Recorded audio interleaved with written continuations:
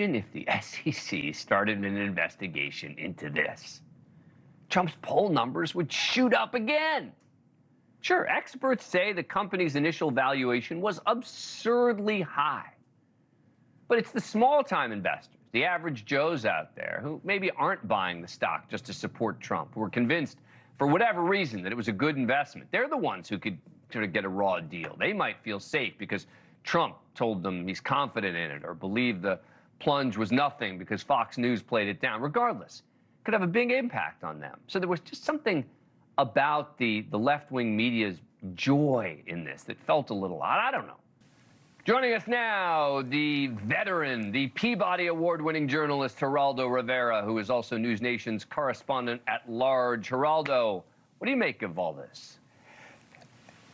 Dan, you know, I look at crypto, for instance, and I say, what is crypto really worth? What is a crypto? Is it a coin? What is it, a thing? What is it exactly that has this tremendous value? Some of the companies still in the billions of dollars.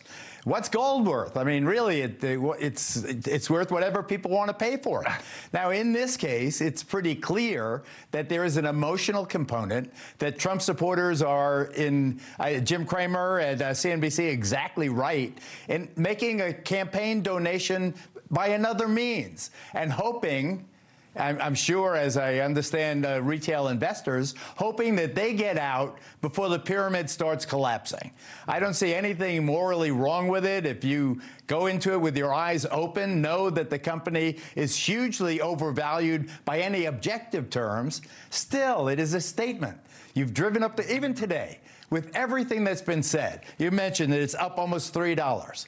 Even today, when everyone knows that the company made $4 million and lost $58 million last year. I mean, that's the reality. But if people want to spend their money in this way, in other words, giving their hard-earned work money to Donald Trump's fakakta company, to use the Yiddish expression that one of the speakers in your clips did, you know, whatever makes them happy. What do you make of the media, though? It does seem that the media is rooting, or many in the left-leaning media, rooting for it to fail.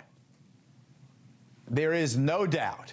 You know, and in my decades at Fox makes very clear, particularly in the rise of Donald Trump, then his fall, then his rise again.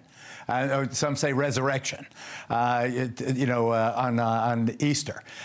There's no doubt but that the vast majority of commentators hate him in a visceral way that is very hard to exaggerate. There is a feeling about him as if he was like the Hitler of politics. It's very disconcerting. You know, really, is he that? He said what he did was awful on January 6th. And I will never support him. But he's not this monster that he is portrayed. And to actively root for him to something bad to happen. It reminds me of the old days during the Cold War when people would cheer on when there was a fire in Moscow, or, you know, a car crash in Beijing. There is a perversity to it, and it speaks more to the commentator than it does to the candidate. Yeah, thank you for watching. Go to NewsNationNow.com to find NewsNation on your cable provider. And don't forget to click the red subscribe button below to get more of NewsNation's fact-driven, unbiased coverage.